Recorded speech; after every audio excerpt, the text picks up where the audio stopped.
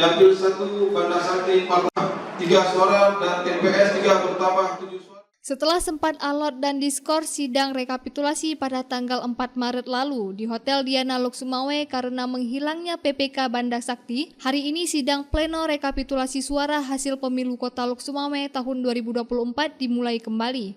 Meskipun kembali PPK Banda Sakti tidak hadir, tetapi KIP Lok Sumawe tetap melanjutkan sidang pleno dan mengesahkan hasil rekapitulasi dari PPK Banda Sakti yang sempat bermasalah di aula kantor KIP Lok Sumawe.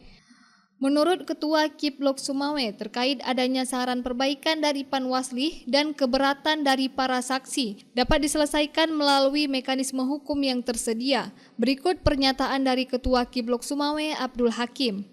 Pleno hari ini adalah rapat penetapan perhitungan hasil perolehan suara pemilu legislatif tahun 2024 untuk semua jenis pemilihan.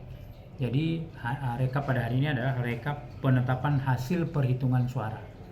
Anggahan saksi keberatan itu merupakan mekanisme dalam rekapitulasi ini dan saksi punya hak untuk mengajukan keberatan. Begitu juga Panwasli dapat mengajukan rekomendasi, saran perbaikan dan lain sebagainya.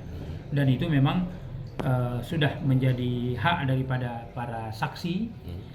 Dan kita sudah melakukan penanganan sesuai dengan prosedur yang kita pahami dalam PKPU tentang proses rekapitulasi. Berarti tidak ada perubahan berarti seperti yang diinginkan? Ya, seperti yang kita dengarkan tadi sudah dibacakan, bukan tidak ada perubahan, artinya kita membacakan apa yang sudah diputuskan oleh PPK Banda Sakti untuk di hasil pemilihan DPRK Lok Sumawe 1. Kira para pihak yang apakah partainya ataupun calegnya atas misalkan ketidakpuasan ini masih bisa menempuh jalur-jalur hukum yang tersedia.